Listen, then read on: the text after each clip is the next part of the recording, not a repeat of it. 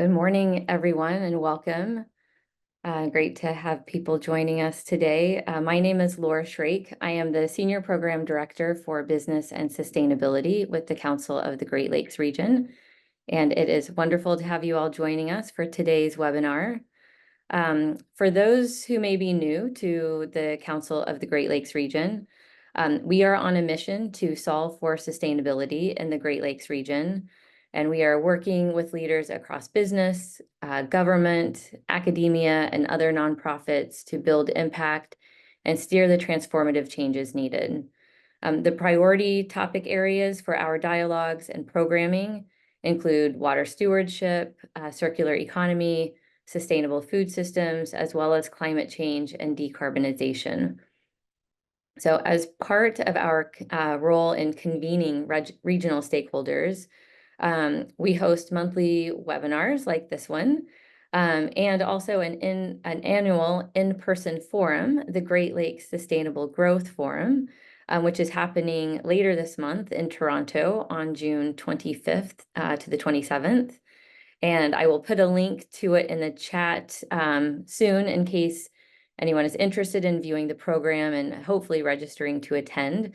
We have an esteemed lineup of speakers and some really great content in the program. But today's webinar is being delivered as part of our Great Lakes Carbon Collaborative and is in partnership with the U.S. Business Council for Sustainable Development. And I am joined by Claude Griffin from the Business Council, who I will hand it over to shortly to take the lead in moderating today's webinar that will be discussing building a carbon capture utilization coalition. Carbon capture, utilization, and storage, or CCUS, involves methods and technologies to remove carbon dioxide, typically from large point sources, so it doesn't enter the atmosphere.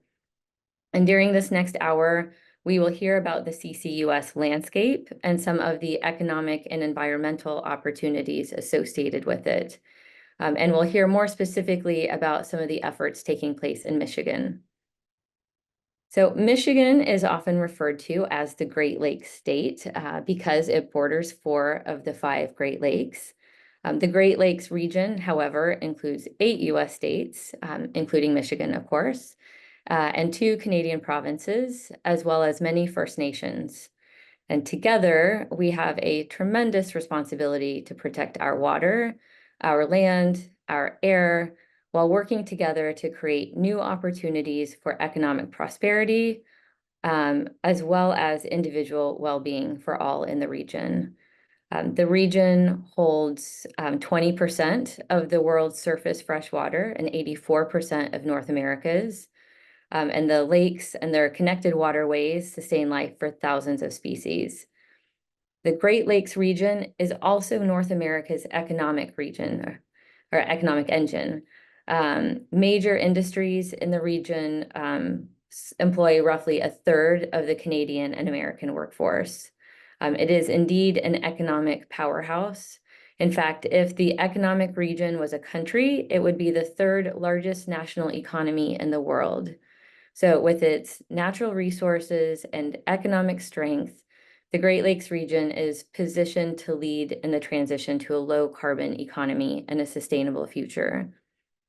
So to support work focused on decarbonization, the Council of the Great Lakes region is working closely with the U.S. Business Council for Sustainable Development to co-lead the Great Lakes Carbon Collaborative. And to share more on the collaborative and to moderate today's webinar with our guest speakers, I am pleased to hand over to Claude Griffin.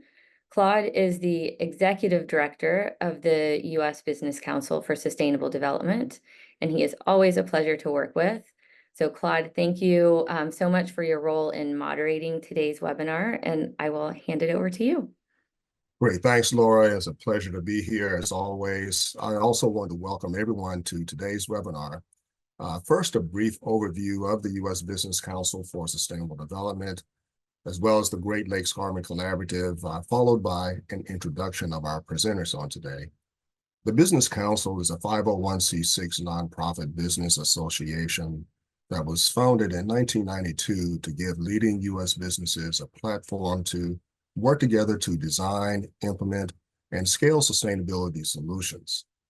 Today, the Business Council's cross-sector platforms, projects, and partnerships bring leading companies together to solve circular economy, carbon, energy, water, and equity challenges across North America. The Business Council is also a global network partner of the World Business Council for Sustainable Development. The Great Lakes Carbon Collaborative is one of several sustainability platforms. We're pleased to have partnered with the Council of the Great Lakes region, with Mark Fisher, Laura Schrake, and that great team on this cross-sector platform. Membership in the collaborative consists of industry, academia, nonprofits, government, and solution providers, with an eye on mobilizing businesses and reducing carbon emissions in the region while enhancing economic vitality.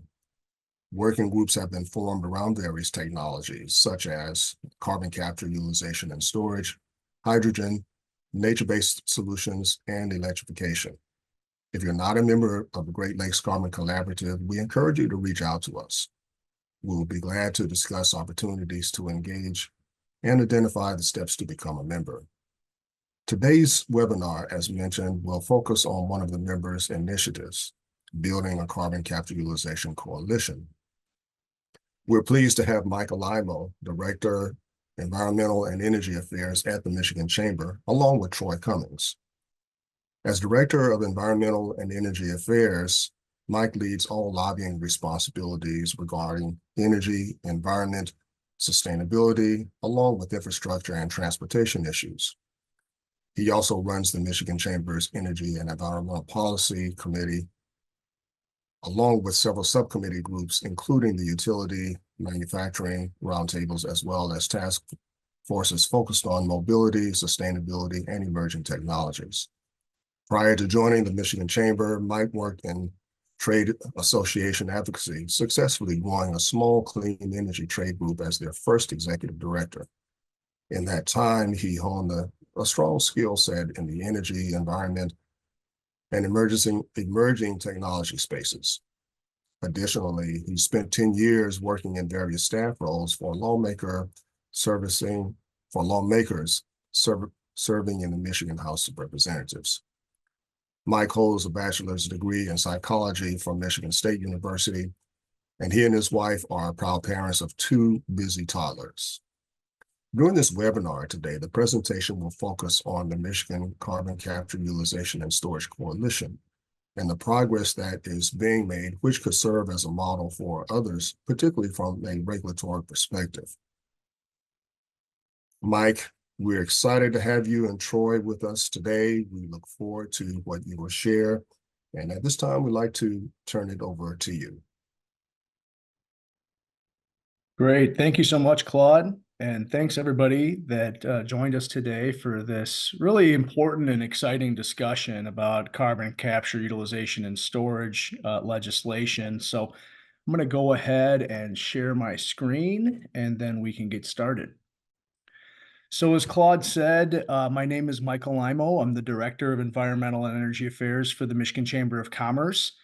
And the Michigan Chamber is a statewide organization of roughly 5,000 business members and organizations from every corner of the state. We have a large board of directors representative of every geographic region of the state. And it's truly our mission to be member-driven and utilize the power of our volunteer leaders within the membership space to really inform, educate, and advocate to the legislature on a wide array of issues. And as Claude pointed out, I'm in my role responsible for managing and leading the Chamber's Energy and Environment Committee, which is our largest committee, built of over 350 chamber members. really representing every corner and facet of the energy and environment space, from utility groups and power generators to heavy energy users and energy intensive industries, and then all the way down through the environmental aspects with folks representing all corners of that as well. So it's a really great job. I really enjoy and appreciate our heavily engaged membership. And as I said, we're a member-driven organization, and what that means is that I'm often putting policy proposals in front of my committee for their feedback and insight, and that really informs how I interact with the Michigan State Legislature. So it's been a busy couple of years, and I'll just give you a little bit of context on that before we get into the carbon capture piece of it. So for those of you that don't know or aren't intimately familiar, we're in the 23-24 legislative session in Michigan. This is the second year of the 102nd legislature. In the last election cycle, Democrats took control of both the House and the Senate, and already having control of the governor's administration, that gave them a trifecta on power in Lansing. And this is a big deal in Michigan. This is a really big deal in Michigan, where we've really seen a significant electoral transition over the last 10 years. And the Senate alone being taken by the Dems was a significant historical feat. Been the first time in 40 years that Democrats have had control of the Michigan Senate. So this is definitely a new age and era for lawmaking and advocating to lawmakers in Lansing. And so, for us, it's really important that lawmakers and even folks like yourself understand that the chamber is a nonpartisan organization. We don't pick sides. We pick ideas and those supporting ideas that are good for the business community in Michigan. And we believe in policies that will promote a more prosperous economy. And for me, that means a more sustainable economy. And so really important that I'm informing lawmakers. It also involves internal communication around making sure that we're positioning ourselves to promote a more sustainable economy for the state, because we believe that's really fundamental to a lot of the economic drivers we're seeing in today's world. So we have been pushing for as much bipartisanship as we can and to promote both sides talking to one another. I will say that has been a challenging space, that it has been difficult for both the Democrats and the Republicans to work through this kind of new reality. And so we've seen kind of ebbs and flows of policymaking take place over the last year and a half. The Democrat leaders put forth 6 major priorities when they initially came to power. They were able to accomplish those. And then since then, we haven't seen too much major legislation move, part of which because of our work and others' works to promote, making sure that we're slowing down or making sure there's a more deliberative process around some of these policies we think may be harmful to the business community. But part of that also is just the internal dynamics and political challenges of getting things done in this new era. So one of the things that the legislature did pass, and I'll be speaking to it a little bit more in the future here, was some major energy legislation last fall, which put into place new mandates around utilities achieving greater penetration levels of renewable energy in their grid portfolio. And while we oppose the legislation on the front that we don't want to see unworkable mandates put into place that will drive costs up for businesses and residents, we do support the spirit of more renewable energy, and we definitely worked to pass other bills that went alongside the energy legislation around renewable energy siting and zoning. So for us, that was a major regulatory hurdle to being able to build more renewable energy in the state. And so we were at least happy to see that moved along with the renewable energy mandate legislation as well.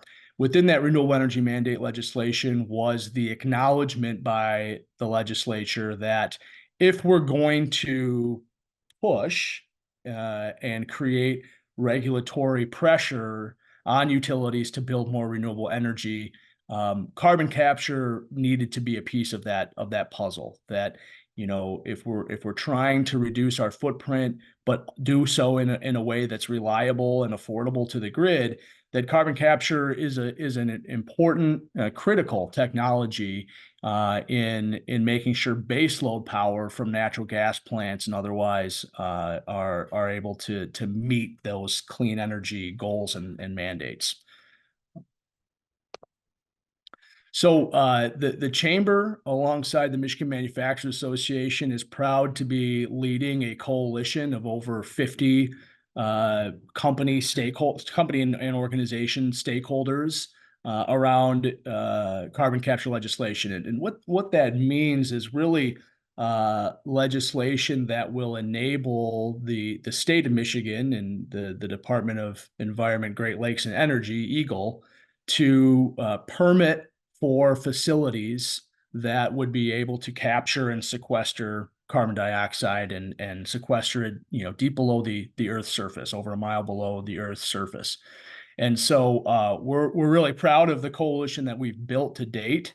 We are, you know, happy to continue to accept new members to that coalition and grow that coalition. So if your company or organization has an interest in being a part of the coalition efforts, please do let me know. I've got my contact information in this slideshow that I will be sharing with you all, or I believe Laura will be sharing with you all after this webinar today.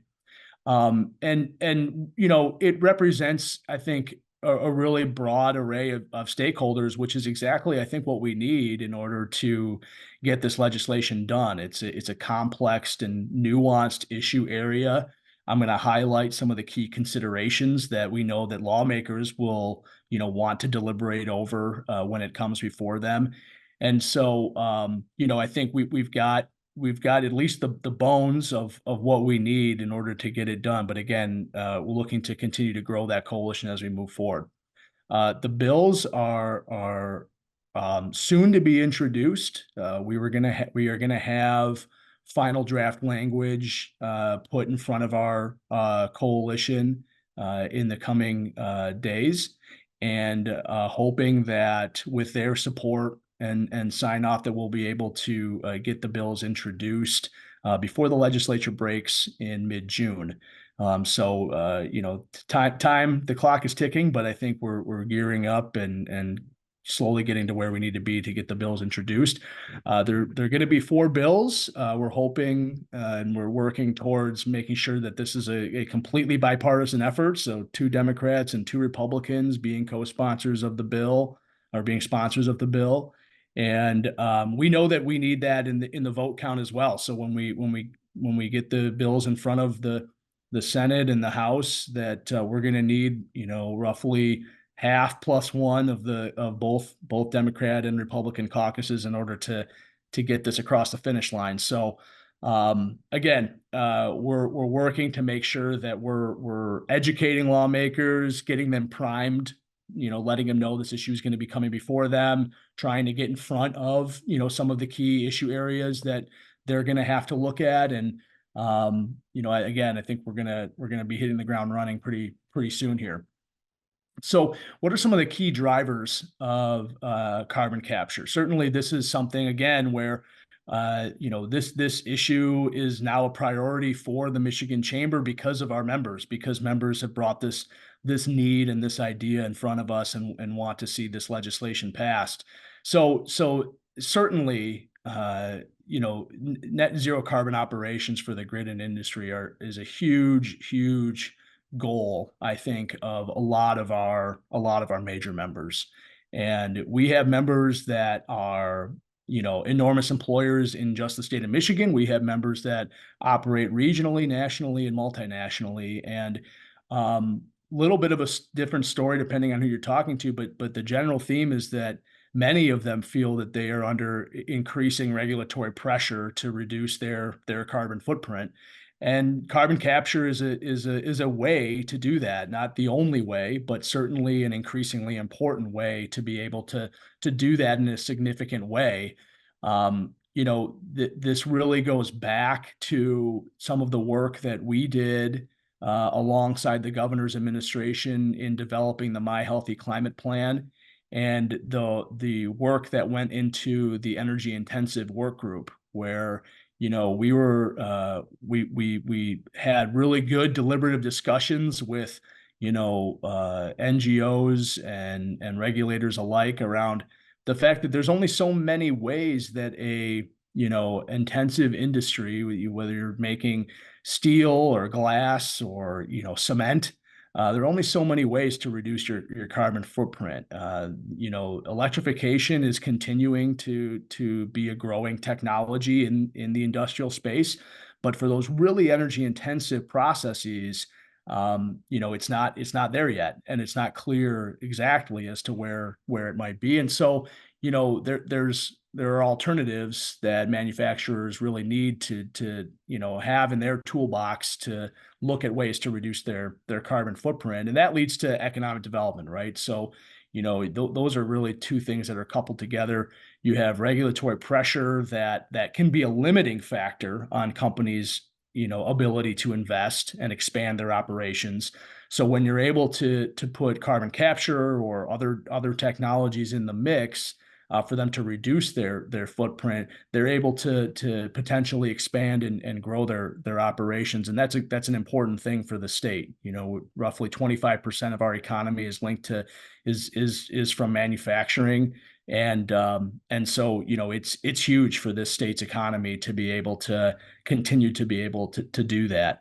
Certainly, we have seen for some time carbon capture sequestration being used in enhanced oil recovery, so important for the oil and gas industry in particularly the northwest portion of the state. And then nascent but growing, is the utilization aspect of this technology. So the ability to take that carbon dioxide, and I put this picture on here, which hopefully helps inform a little bit about ways that it can be used in everyday products. So we've seen it being used in the curing process for cement production. Really great way to both improve the quality of that cement and sequester carbon dioxide at the same time. And so that too is an important aspect of this that we want to ensure is included in the legislation as we move forward. Michigan has some unique geology that make us particularly conducive to carbon capture, utilization, and storage. And don't pretend to be an expert in any way on this, but we do have some great organizations like the Michigan Geological Survey group doing work on this space to better understand the formations.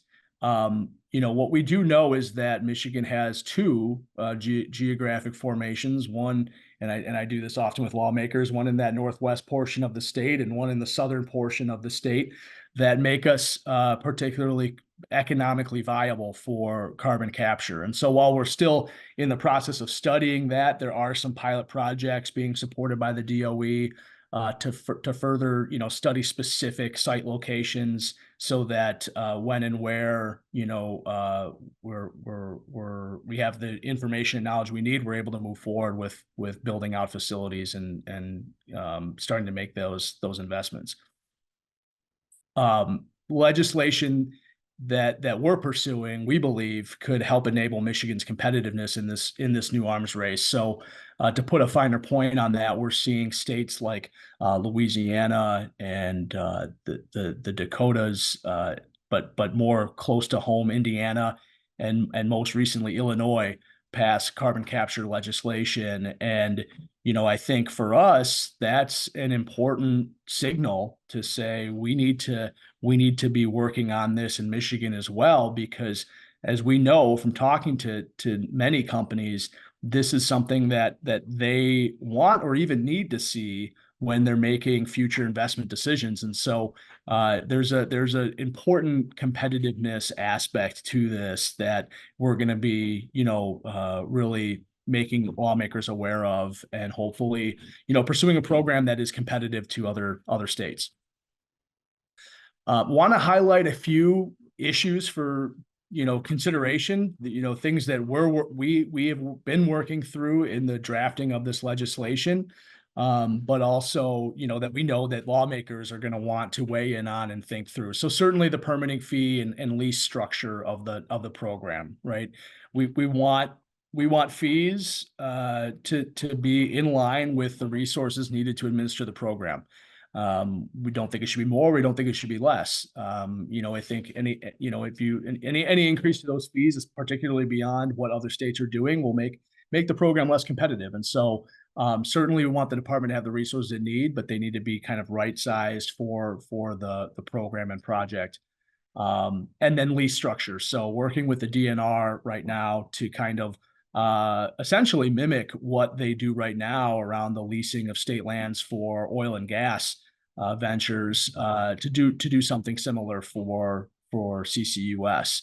And so we know from talking with the department, the Department of DNR, they're very excited about this opportunity because, as we have seen, oil and gas revenues decline over the years. We're hoping that CCUS revenues associated from CCUS lease auctions will help to supplant that.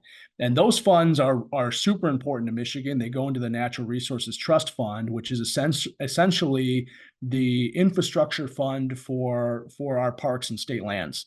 So it's what the department uses to fight wildfires. It's what the department uses to maintain and build out trails and other types of recreational parks, et cetera. So really important to both the department and lawmakers that we're able to support, to create new revenue streams to that program. Unitization or pooling, as it's called, essentially, what is the threshold of participating landowners you need to approve of a project for a project to go forward? And again, very similar to how other energy projects are structured. You need to have some threshold. You're never or rarely going to be getting 100% buy-in from stakeholders, and so you need a certain threshold in order for a project to move forward. And then liability transfer to the state. So what do we do with these facilities when the aquifers of the space in which we have designated for sequestering CO2 is tapped? What does that closure process look like? What does that liability process look like? Because those are facilities and aquifers that are going to need to be monitored in perpetuity, essentially. And then finally, land use considerations. Again, as with all energy projects, there are land use implications. And so talking with private landowner advocates to help educate them on the importance of this. And that education goes two ways on all of this, right? So, I'm hoping that that's a message to all of you that, while we're excited and very supportive of this legislation moving forward, we want this to be a two-way educational process, and hope that we can work with all of you on getting this right. I wanted to just cite this as kind of furthering my thoughts around land use that makes it a little bit particularly tricky in this Michigan legislature. So as I mentioned, one of the major pieces of legislation we saw move in the fall was around siting and zoning reforms around renewable energy projects. And ultimately, what the legislature decided was to give that authority to the MPSC, the Michigan Public Service Commission.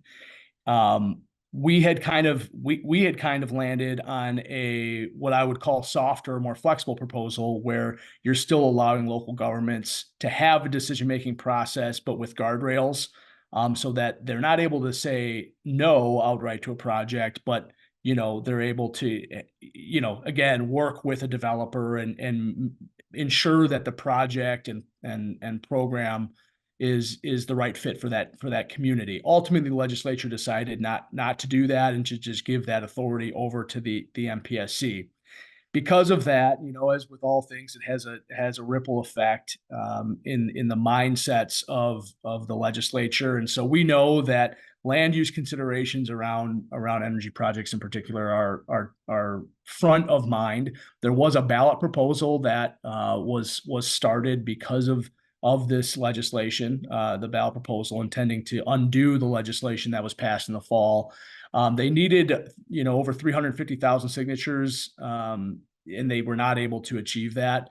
So it's frankly good news for this issue that ballot proposal won't be on the ballot this election year, but we know that it is still front of mind for lawmakers, and so that's going to be a key consideration on this going forward. So with that, I will now kick it over to Troy Cummings, from a partner with Warner Norcross and Judd, who has been instrumental in the drafting of this legislation. And Troy, I will kick it over to you. Great, thanks, Mike. And I'm going to be fairly brief. I know people don't like to hear lawyers talk too much, so I'm gonna be brief. But just real quick on kind of our thought process on legislation. The first thing I'd like to point out is, if you go on EGLE, we call it EGLE, Michigan's Environmental Department.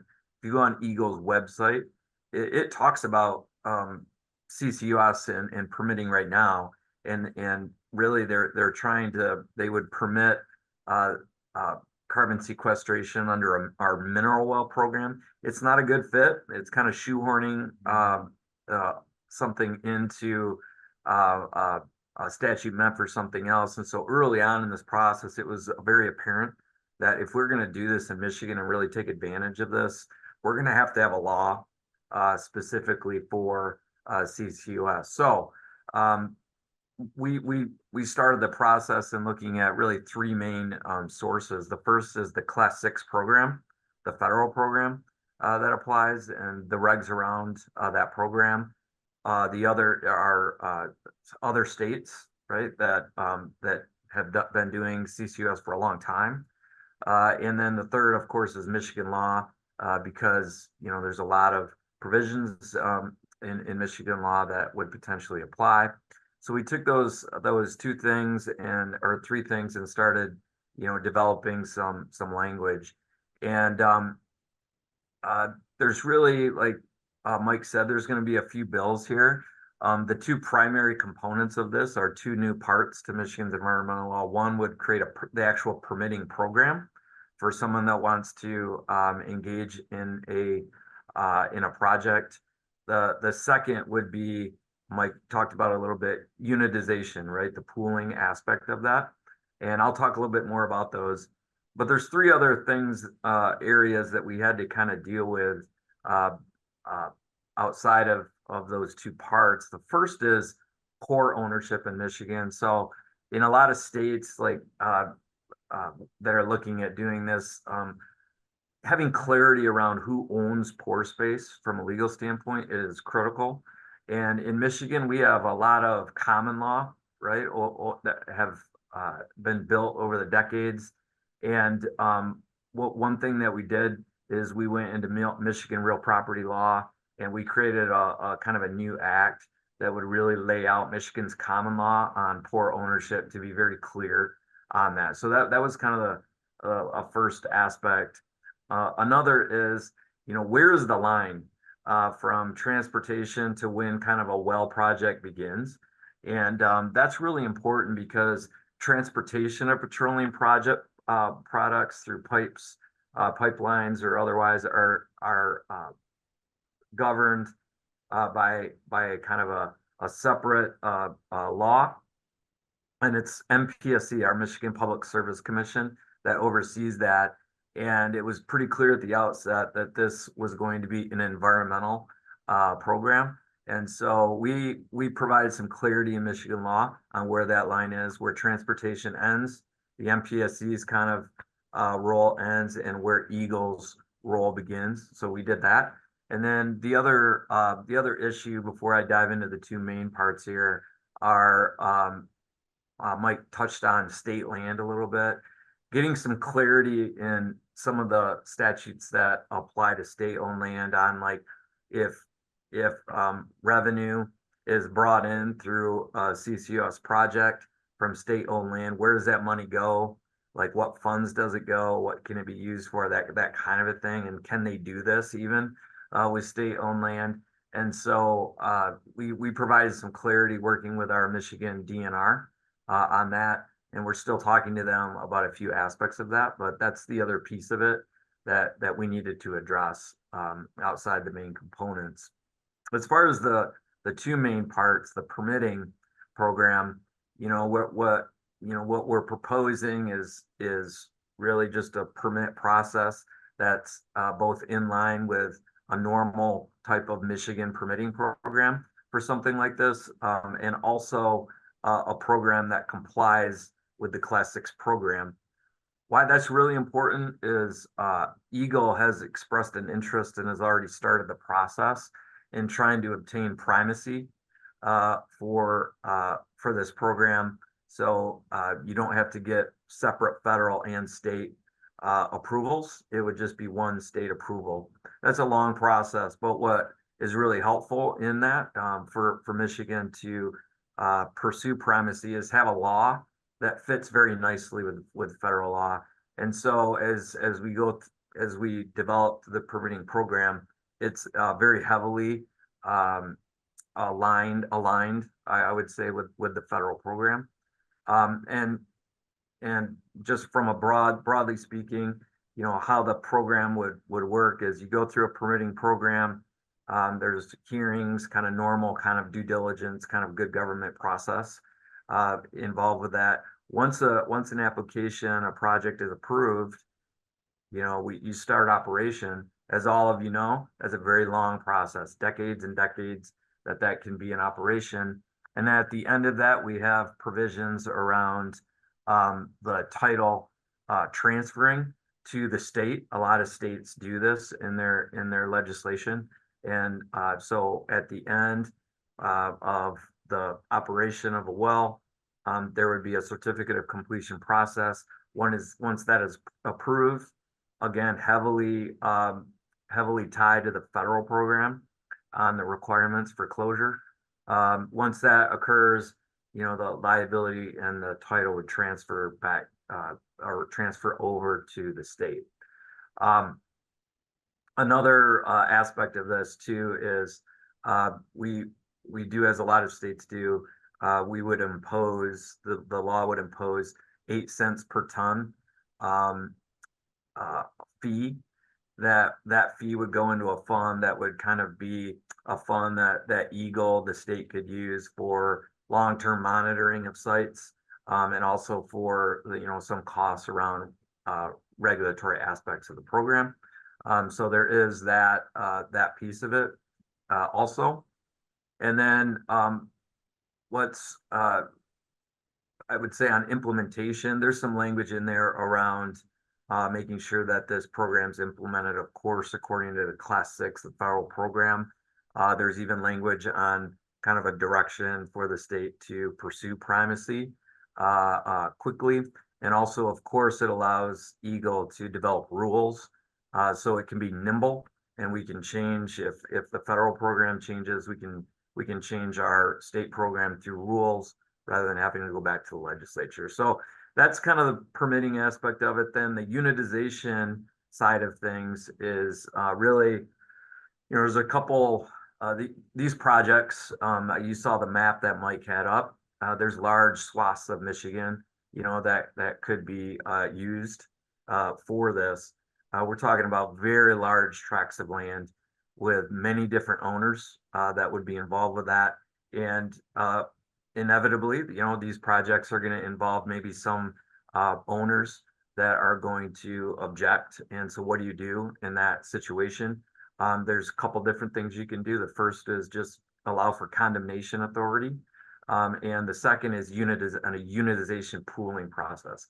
Early on, I think politically it was determined that condemnation would be a tough sell. in the legislature. And so we really look toward unitization. And how unitization works is basically a process that an application for, an entity that wants to pursue one of these projects could apply to the state, really to Eagle, and start a process where Eagle would look at it. There'd be a plan for unitization. And what's critical in all of this is a certain percentage of the owners would approve of moving forward. That's a very important threshold. There's different percentages across the country that are used. Our starting point right now is 60%.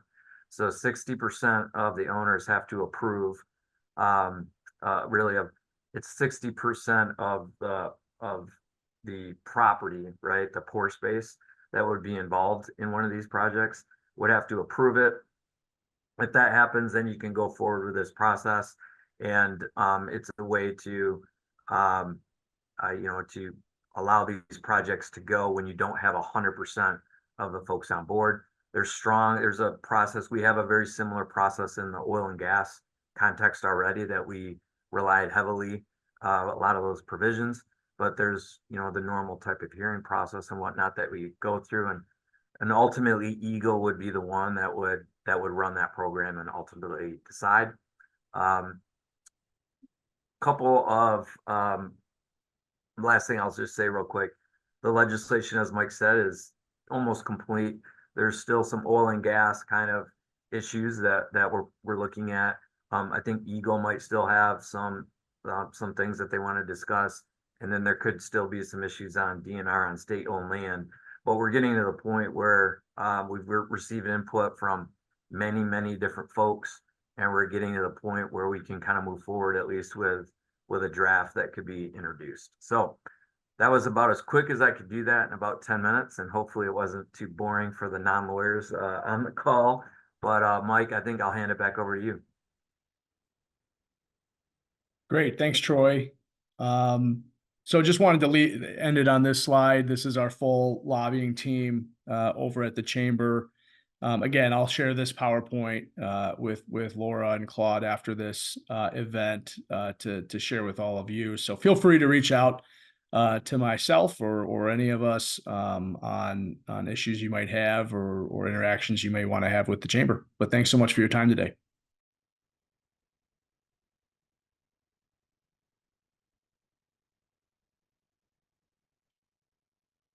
Great. Thanks, Mike. Thanks, Troy. Certainly very informative presentation. And we have had several questions come in, and we encourage continued questions to come in primarily through our Q&A box as part of the webinar. And we see a couple of them have come in through the chat, which is fine. We have several very good questions. We're going to get to as many as we can, time permitting. And Troy, you did an excellent job. I really appreciate that, keeping it at a level for those who are not in that profession to really stay engaged. So great job. Appreciate that. Let me start with a couple of questions that first came to us prior to today's webinar. So they submitted questions as part of the registration. Let me start with this one. The first question is this: what role does mechanical recycling play in carbon capture, if any? Yeah, I'll take a crack at that. And Troy, if you have anything to add, it's an interesting question. What I would say is, broadly speaking, if you're a company in Michigan with an air permit, particularly a large source air permit, you should maybe be thinking about how you would be able to benefit from this legislation. So we talked a lot about how the actual carbon capture facility would be permitted and regulated under this bill, but the program writ large will really involve manufacturers and companies with an emissions profile, right? So you're going to have an air permit, so that's kind of one way to know if you would be potentially a participant here, but that want to participate in a program where their having their emissions captured, and then ultimately, there would be a pipeline hooked up from their facility to a carbon capture facility for sequestration. So, that's kind of the way I would think about it. That I don't know that, specific to mechanical recycling, whether you're a kind of ripe candidate for a potential program once it's built out and made available. But certainly, if you're a heavy emitter, you should be thinking about this as a way to reduce your carbon footprint. Troy, I don't know if you have anything to add to that. Nope, that's good. I guess the next question helps focus on the geology aspect of the state of Michigan. You pointed out in your presentation that Michigan is really prime with respect to geology for long-term storage of CO2. This question is, are there adverse effects of storing this carbon in the ground over time? We don't believe so. And we know that the Department of Energy has been doing a lot of work in this space, not only around the actual physical existence of a CO2 aquifer deep below the Earth's surface, but the pipeline infrastructure associated with it. We know that pipelines for carbon dioxide are some of the safest out there. And we believe that this is a safe process and dynamic. That being said, it will be incredibly important that any potential site is well studied and surveyed, and that is part of that approval process, that you're able to show to Eagle that this is a viable site, that the geological formation is good, and that the carbon dioxide won't move beyond where your studies show that it would. What about the receptivity, I'll say, from the public in general and stakeholders with regard to the transportation aspect of CCUS system? You mentioned the pipelines and the like. Have stakeholders and rights holders in the state expressed either their support or concern on transporting and sequestering CO2? It's a great question. It's a fundamental question. I think it's going to be incredibly important that they have that private landowners and advocates have a seat at this table and a strong voice in this process. We want that. We want them at the table, and so we have reached out to some of those groups. I think that what we're hoping is that there will be support for these projects. Whether it's because they want to see an investment like this in their community, or because they are supportive of improving localized air quality. And I think both of those are really positive things that communities should consider when looking at these projects. But that being said, education is going to be key, and I think all of the company members that are actually interested in doing these projects all want to be good stewards and partners in the communities that they're residing. Again, I think land use considerations are top of mind for the legislature, so that will be interesting to see how the conversation goes. But there's no question that that's going to be an important, piece of this going forward. Mm-hmm. Well, it's certainly good to hear that the industry as a whole is looking to come together. And another very important reason is just the sheer amount of scale that's needed in order to sequester the amount of carbon that's generated on an annual basis. And I know one of the methods that's being addressed are the hubs. So this question generated during the webinar itself is this: does the U.S. Great Lakes region have a CCUS hub model similar to the hydrogen hub model? I believe there are, and I can circle back with better information on this. I believe there is a hub through the through the the federal programming similar to hydrogen being worked on. Claude, you might actually know more about that than I do. I will say that we've been really laser focused on the state-based program and the legislature the state needs to help support these projects. And there are some, you're absolutely right. And what I think, like to do is maybe delve into that as part of our Great Lakes Carbon Collaborative, be able to spend a little more time on that discussion in particular. But agree, we can provide some more information on that. From a legislative perspective, does the Michigan legislation deal with direct water capture of CO2? The direct water capture. Yeah, Troy, you can weigh in on this as well. I mean, there's certainly, as part of the technology, a refining process that takes place for that CO2.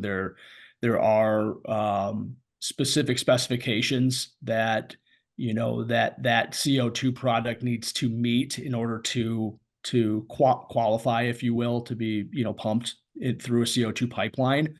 So we know that there's an important process. I think the way I look at it is kind of how we do, renewable natural gas, right? We capture that methane, but then it has to be refined to a certain standard in order for it to be piped into a pipeline. But Troy, I don't know if you have additional thoughts on that. Yeah, no, I mean, if the question is, does the legislation directly address that? The answer is no. I don't know that it prohibits it either, but it doesn't address it specifically. Yeah. Yeah. What would the coalition support?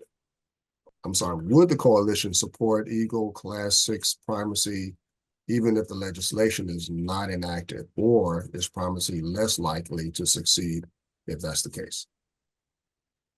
You want me to take that, Mike? Yeah, sure. Go ahead. Yeah. So they are already moving forward with primacy. So whether this passes or not, I mean, I think the state is still going to be moving forward. It's just going to be much, much more difficult when they don't have a law in place that covers all these issues. It just makes it much more difficult. So I don't think if this doesn't pass, it stops the effort. It just makes it, I think, much more difficult, complex. Yep. Thanks also earlier for sharing that one of the areas of focus is on the permitting process itself. Certainly that's very crucial. Is the permitting process only required if the carbon will be sequestered and stored? This person is thinking of the carbon capture companies who recycle the carbon into other industries, such as synthetic aviation fuel, feedstock, plastic feedstock, so on. Troy, do you want to take that one as well, or do you want me to take a crack at it? Yeah, I mean, I don't know exactly all the different, kind of what they're talking about. Our program mirrors Class 6, right? So if you're gonna have if your project is going to require Class 6 authorization, our statute is meant to mirror Class 6, if that makes it easy. Okay. We also have some questions from members of the Great Lakes Carbon Collaborative. And by the way, really glad that several of you are part of the discussion today. How can fees for a waste injection project be comparable to a leasing program for an extractive industry that actually creates new value? Any thoughts on that one?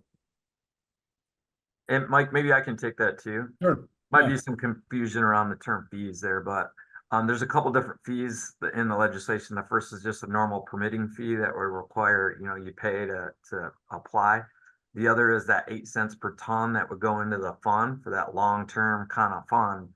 And then I think what Mike might have said in his comments is talking a little bit about, he might have said fees, but it's really like lease payments to the state. And so that would be the other type of payment, is when you're trying to construct enough pore space to do a project, there's going to be payments to property owners and whatnot.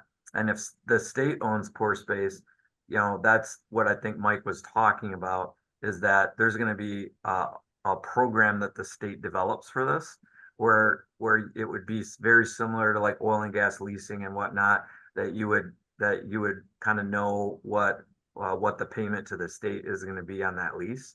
to use that pore space. So I don't know if the question was confused between those different types of fees or lease payments, but those are the payments that were contemplated. Okay, great. Great. Thanks, Troy. Does Michigan law contemplate receiving and sequestering CO2 from various states and provinces that make up the Great Lakes binational region? Yeah, that's an interesting question. I think that it could, but I don't know that it's specifically answered in the legislation to date. But I do think it goes back to that question around a hub and how, there would be how this program could maybe support a regional hub or otherwise. I think certainly from the, where and when we're referencing the federal rules and looking for tax credits or otherwise under federal programs, that it would be beneficial for out of state emitters to participate in a program.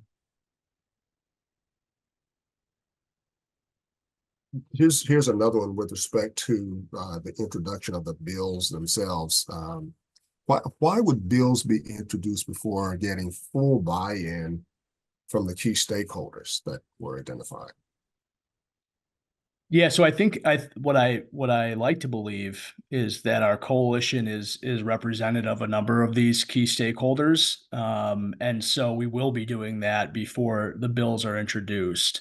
Certainly, the legislative process itself is an important way for stakeholders to weigh in on any bill or legislation moving through the process. So bills are introduced. That's the first step, but then it's quite a oftentimes lengthy process of getting them before a committee for a hearing, getting them to the floor of any one chamber, and then of course whether it's the Senate or the House, if it passes the Senate, moves over to the House and follows that same process. So we've been really working to try to be collaborative in the initial construction of the bills, but then there will absolutely be many bites at the apple in terms of weighing in and providing feedback on the bills as they move forward in the process. I think we have time maybe for one more question. This one is related to carbon offsets. Is Michigan looking at carbon offsets as well?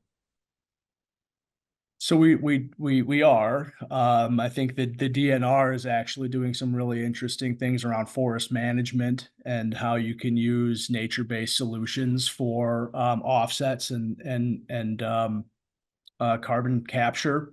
And we're supportive of those as well. I think for us, we really want a diversified approach to decarbonization.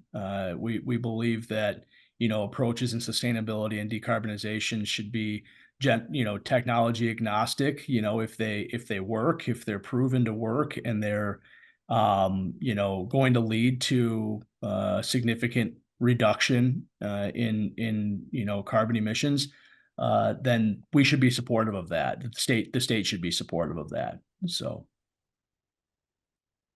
Very good. Well, Mike, thanks so much. And Troy, thank you for your time today. Quite a bit of information shared.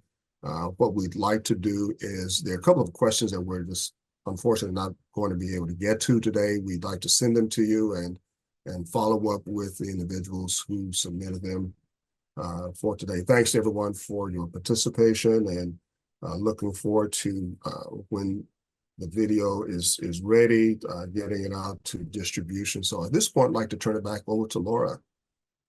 Yeah, great. Thanks, Claude. And thanks, Mike. And thanks, Troy. That was really interesting. And obviously, we had a lot of great engagement and questions. So I'm so glad to see that the audience found it so informative and interesting as well. So thank you. Unfortunately, we are out of time, but it was great. Thanks so much. If anyone joining us today has any interest or wants to know more information about the Great Lakes Carbon Collaborative, please do reach out to me or Claude. We would be more than happy to speak to you, set up a meeting, and get you involved with the collaborative. Also, if you have any more questions about the coalition that's being developed in Michigan, let us know. We'll make sure that we share that with Mike. And I know that that presentation will be shared next week when we send the recording of the webinar, so people will see your contact information on it as well. And then lastly, if I do invite everybody to join us at our Great Lakes Sustainable Growth Forum in Toronto later this month. I did put the link up in the chat, so I hope everybody grabbed that earlier. And again, thank you, Mike, Troy, Claude. It was really great webinar today, and thanks everyone for joining us.